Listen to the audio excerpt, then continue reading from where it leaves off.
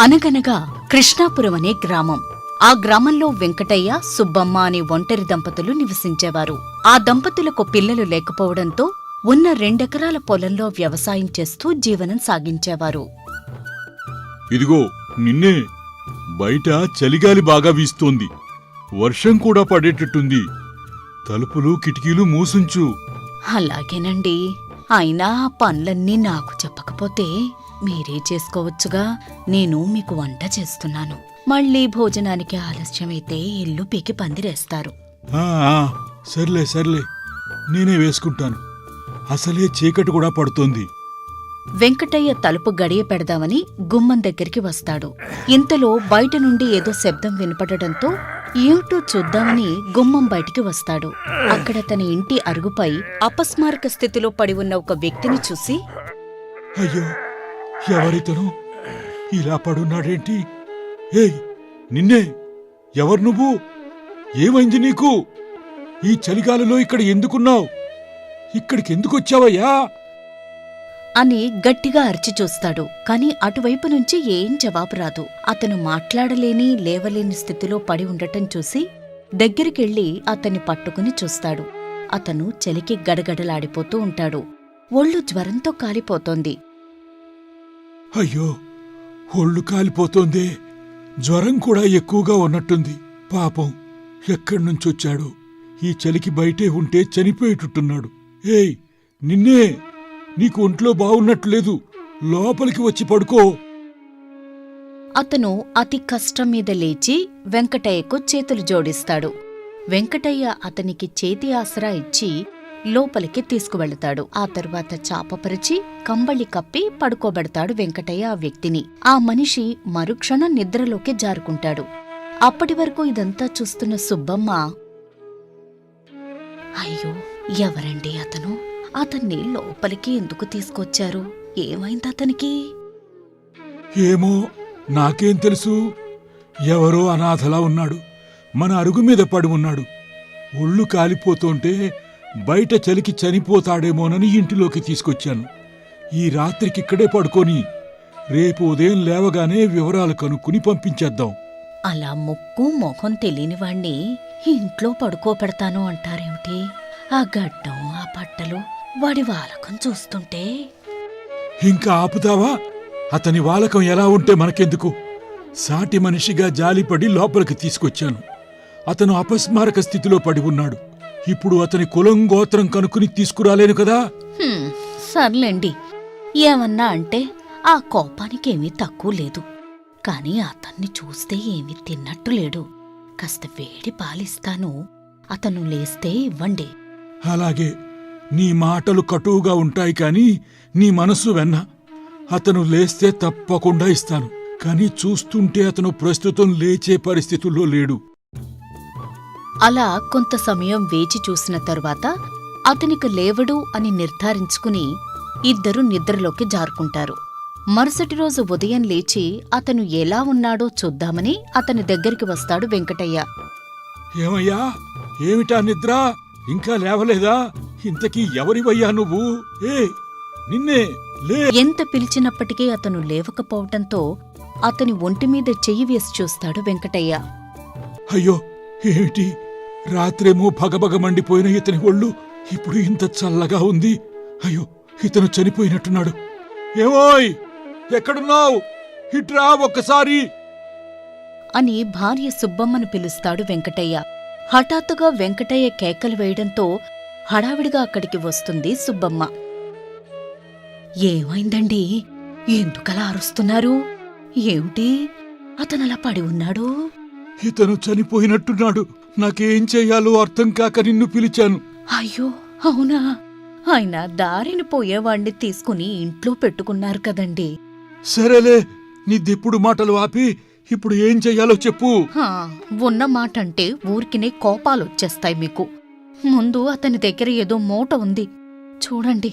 అందులో ఏమైనా ఉన్నాయేమో వెతకండి. ఆ, ఆ, అలాగే, మంచి మాట చెప్పావు. ఆ మనిషి నడుం తడివి చూస్తాడు వెంకటయ్య. చేతికి గలగలలాడుతూ డబ్బు సంచి తగులుతుంది. అతను ఆ సంచి పైకి తీసి కింద గుమ్మరిస్తాడు. డబ్బుతో పాటు అందులో ఒక ఉత్తరం కూడా కింద పడుతుంది. ఏమిటి, ఇతని దగ్గర ఇంత డబ్బుంది, చూడ్డానికి బెచ్చగాళ్ళ ఉన్నాడే. ఆ డబ్బుతో పాటు ఇక్కడ ఏదో ఉత్తరం కూడా ఉంది. తీసి చదవండి, ఏమిటో అందులో అతని వివరాలేవైనా దొరుకుతాయేమో.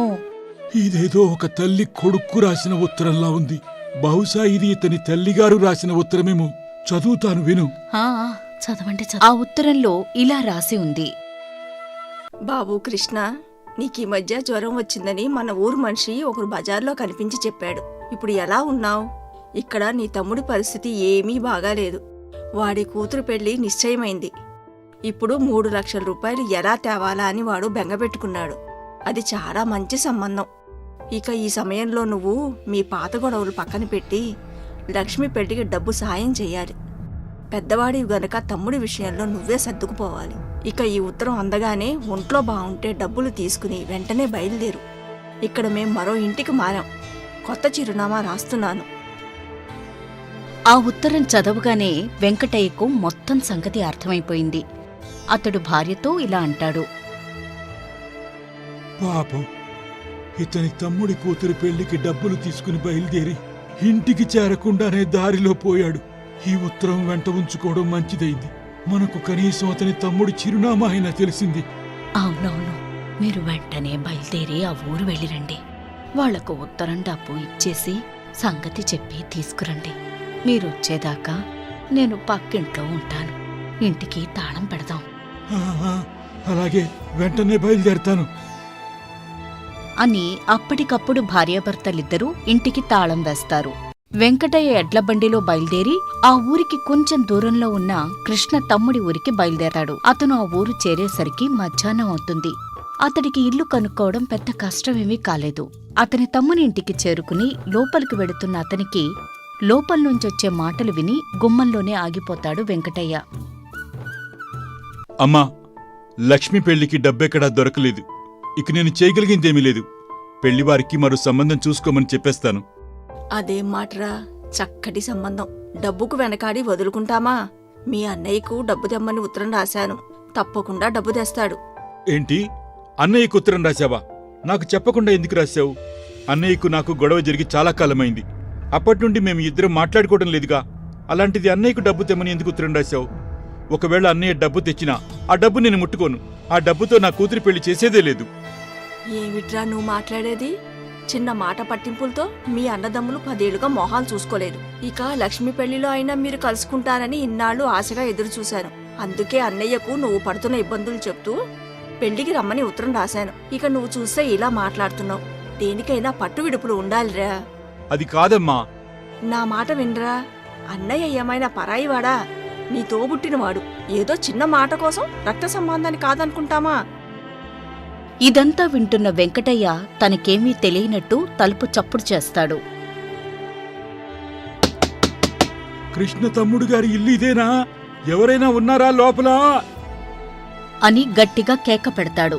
లోపల్నుండి కృష్ణ తమ్ముడు తలుపు తెరిచి, ఎవరు మీరు? నేనే కృష్ణ తమ్ముణ్ణి. మీకేం కావాలి? ముందు లోపలికి రండి. వెంకటయ్య ఇంట్లోకొచ్చి కుర్చీలో కూర్చుని తనతో తెచ్చిన డబ్బు సంచి బల్లమీద పెట్టి ఉత్తరం కృష్ణ తమ్ముడి చేతికి ఇస్తాడు. అతను ఆ ఉత్తరం చదివి, ఇది మా అమ్మ అన్నయ్యకి రాసిన ఉత్తరం. తను రావటానికి మొహం చెల్లక అన్నయ్య ఈ డబ్బు మీకిచ్చి పంపించాడా? వెంటనే ఇది తీసుకుని వెళ్ళిపోండి. నాకు మా అన్నయ్య డబ్బులు వద్దు. నా కూతురి పెళ్లి నేను ఏదోలా చేస్తాను. ఒక్క నిమిషం, మీరు ఆవేశపడకుండా నేను చెప్పేది పూర్తిగా వినండి. మీ అన్నయ్యే స్వయంగా మీ వద్దకు వద్దామనుకున్నాడు, కానీ రాలేకపోయాడు. ఇకపై మీరిద్దరూ కలుసుకోవడం ఈ జన్మలో జరక్కపోవచ్చు. ఏంటి మీరు మాట్లాడుతున్నది? మా అన్నయ్యను కలవడం ఈ జన్మలో జరక్కపోవచ్చా? ఎందుకు? మా అన్నయ్య నన్ను కలవను అని చెప్పాడా? అలా చెప్పాలి అంటే ముందు అతను బ్రతికుండాలి కదా అంటూ వెంకటయ్య తన ఇంటి వద్ద జరిగిందంతా వాళ్ళిద్దరికీ చెబుతాడు. అది విన్న కృష్ణ తల్లి ఒక్కసారిగా కన్నీటి పర్యంతమవుతుంది. ఇక కృష్ణ తమ్ముడు ఒక్క క్షణం ఆగి ఆ పరిస్థితి నుండి తేరుకుని, అయ్యో అయ్యో అయ్యో అన్నయ్య, నన్ను క్షమించు అన్నయ్య. ఇన్నాళ్లు చిన్న మాట పట్టింపు వల్ల నీకు దూరంగా ఉండి నీ విలువ తెలుసుకోలేకపోయాను. నువ్వు మాత్రం నా కోసం వస్తూ ఇక ఇప్పుడు పూర్తిగా నాకు దూరమైపోయావా అన్నయ్య అంటూ ఏడవసాగాడు కృష్ణ తమ్ముడు. ఆ ఏడుపు చూసిన వెంకటయ్య ఏమాత్రం జాలిపడకుండా, బతికున్న మనిషి విలువ తెలుసుకోవటం కష్టం. నీ మీద నీ అన్నకు ఎంత ప్రేమ లేకపోతే ఒంట్లో బావుండకపోయినా డబ్బు తీసుకుని బయలుదేరతాడు. సోదర ప్రేమకు ఇన్నాళ్ళు దూరమయ్యావు. ఇప్పుడు అది కోరినా ఇక దొరకదు. అందుకే మనుషులున్నప్పుడే బంధాల్ని పటిష్టంగా చూసుకోవాలి. ఇప్పుడు ఏడ్చి ఏం లాభం? ఆ ఇంట్లో ఏడుపులు విని ఇరుగు పొరుగువారు అక్కడికి వస్తారు. ఇంతలో ఒక 50 ఏళ్ల వ్యక్తి అక్కడికి వచ్చి, ఏంటిదంతా? ఏం జరిగింది? ఎందుకు మీరంతా ఏడుస్తున్నారు? అని అడుగుతాడు. ఆ వ్యక్తిని చూడగానే ఒక్కసారిగా కృష్ణ తల్లి తమ్ముడు ఇద్దరూ కూడా ఏడుపాపి ఆ వ్యక్తి వైపు చూస్తూ ఉంటారు. ఇంతలో ఏం జరిగిందో తెలియని వెంకటయ్య ఆ వ్యక్తి వైపు చూస్తాడు. అన్నయ్య, నువ్వు నువ్వు నువ్వు బతికే ఉన్నావా? అవునరా, ఏమైంది? ఇంతకీ ఇతనెవరు? ఇతను పక్క ఊరి నుండి వచ్చి నువ్వు చనిపోయావని అమ్మ నీకు రాసిన ఉత్తరం అలాగే డబ్బు మూట ఇచ్చాడన్నయ్య. అందుకే మేమందరం ఏడుస్తున్నాం.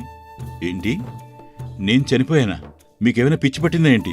ఏమయ్యా పెద్ద మనిషి, ఎవరు పోయా నువ్వు? ఇంతకీ ఈ డబ్బు సంచి నీ దగ్గరికెలా వచ్చింది?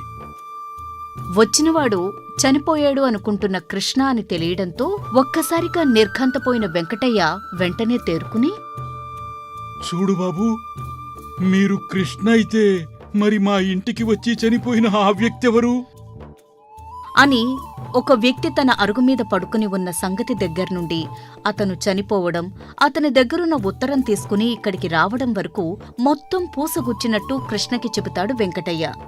అప్పుడు అసలు విషయం తెలుసుకున్న కృష్ణ ఒక నవ్వు నవ్వి, నేను డబ్బు తీసుకుని మొన్ననే బయలుదేరానండి. లక్ష్మికి పట్టుచీర కొందామని పట్నంలో బజారుకెళ్ళాను. అక్కడ ఒక వ్యక్తి నా దగ్గరికొచ్చి నేను దిక్కులేని వాణ్ణని, బిచ్చం వేయండి అంటూ నా వెంటపడ్డాడు. జాలిపడి డబ్బు మూట పైకి తీసి అతనికి ₹1 ఇచ్చాను. నేను దుకాణంలో చీరలు చూస్తుండగా అతను నా వెనక్కే తచ్చాడుతుండటం నాకు అనుమానం కలిగించింది. తీరా చీర తీసుకుని డబ్బు కోసం చూసేసరికి నా దగ్గర ఉన్న డబ్బు సంచి లేదు. ఆ తరువాత అతని కోసం తెగ వెతికాను. అతను కనిపించలేదు. మళ్లీ ఇంటికి వెళ్లి డబ్బు తీసుకుని బయలుదేరి ఇక్కడికొచ్చాను. అందుకే ఇంత ఆలస్యమైంది. అయితే నా డబ్బు సంచి అతనే కొట్టేశాడనమాట. అవును బాబూ, తరువాత అతను అపస్మారక స్థితిలో మా ఇంటి అరుగు మీద నాకు కనపడ్డాడు. అయితే మీ ఇంట్లో చచ్చిపోయింది ఆ బిచ్చగాడ ఏంటాడు వెంకటయ్య గారు? అవును, ఖచ్చితంగా అతనే. అతని దగ్గర ఉన్న ఉత్తరం చదివి అందులో ఉన్న వివరాల ద్వారా ఆ వ్యక్తి మీరే అనుకుని పొరపడి నేనిలా వచ్చాను. ఏదైతేనేమి మీ వల్ల మాకు మంచి జరిగింది. పోయాయి అనుకున్న నా డబ్బులు మా దగ్గరికి మీరు తీసుకునిచ్చిచ్చారు. మీ రుణం ఎప్పటికీ తీర్చుకోలేవు. అంతేకాదు, ఇంతకాలంగా మాట పట్టింపుతో కలవని మా ఇద్దరినీ ఒకటి చేశారు. మీ మేలు ఈ జన్మలో మర్చిపోలేం. అయ్యో, ఇందులో నేను చేసిందేముంది? నిజంగా మిమ్మల్ని కలిపింది పాపం ఆ బిచ్చగాడు. అతను ఆ డబ్బులు కొట్టేయకుండా నా దగ్గరికి రాకుండా ఉంటే నేను మీ దగ్గరికి వచ్చేవాణ్ణే కాదు. ఇక ఎప్పటికీ మీ మధ్య అపార్థాలు తొలగేవే కావు. కాబట్టి మీరు ఆ బిచ్చగాడికి కృతజ్ఞతలు చెప్పుకోవాలి. అవునన్నయ్య, నిన్ను నేను అపార్థం చేసుకున్నందుకు నన్ను క్షమించు. ఇన్నాళ్లు నీ మంచి గుణం తెలుసుకోలేకపోయాను. తమ్ముడు, నువ్వంటే నాకు ఎప్పుడూ ప్రేమరా. ఏదో చిన్నవాడివి ఒక మాట అన్నావని నా కోపం వచ్చి ఇన్నాళ్లు నీ దగ్గరికి రాలేదు. ఇప్పుడు పట్నంలో బాగానే సంపాదించాను. అమ్మ రాసిన ఉత్తరం చూసి నువ్వు కష్టపడుతున్నావని తెలుసుకుని వెంటనే వచ్చాను. అయినా నీకు నాకు మధ్య క్షమాపణలేని చెప్పు. నీ కూతురు పెళ్లి నా కూతురు పెళ్లిలాంటిది కాదా అని ఇద్దరూ ఒకరినొకరు క్షమాపణలు చెప్పుకుని కలిసిపోతారు. ఇదంతా గమనిస్తున్న కృష్ణ తల్లి, పోనీలేరా, ఇప్పటికైనా మీరిద్దరూ కలిసినందుకు నాకు చాలా సంతోషంగా ఉంది. నిజంగా ఆ బిచ్చగాడు చచ్చి మీకు మేలు చేశాడు. అతని పుణ్యమా అని అన్నదమ్ములిద్దరూ మీరు మళ్లీ కలుసుకున్నారు. సరైన సమయానికి ఇక్కడికి వచ్చిన మీకు మేము ఎంతో రుణపడి ఉంటాం వెంకటయ్య గారు. అయ్యో, దానిదే ఉందమ్మా. నేను చేయగలిగింది చేశాను. ఇక నేను వెళతాను. ఇంటి వద్ద జరగవలసిన పని చూడాలి. పాపం ఆ బిచ్చగాడు అనాథలా ఉన్నాడు. అతనికి అంత్యక్రియలు చేయాలి. వెంకటయ్య గారు, మేం కూడా మీతో వస్తాం. అతని అంత్యక్రియలు మా డబ్బులతోనే చేస్తాం. అతను తప్పు చేసినా అతనికి తెలియకుండానే ఒక విధంగా మాకు మేలు చేశాడు. మాకు చేసిన సహాయానికి అతని రుణం మేం తీర్చుకుంటాం. ఓహ్, అలాగే కానివ్వండి. అలా కృష్ణ సోదరులిద్దరూ ఆ బిచ్చగాడికి అంత్యక్రియలు దగ్గరుండి పూర్తి చేసి వెంకటయ్యకు కృతజ్ఞతలు తెలిపి తమ కూతురి వివాహానికి రావాల్సిందిగా ఆహ్వానిస్తారు. ఇద్దరు కొడుకులు కలిసిపోవడంతో కృష్ణ తల్లి చాలా సంతోషంగా వారితో ఉంటుంది. ఈ కథ మీకు నచ్చితే లైక్ చేయండి, షేర్ చేయండి. మరిన్ని కొత్త కథల కోసం మా న్యూ స్టోరీస్ బుక్ తెలుగు ఛానల్ని సబ్స్క్రైబ్ చేయండి.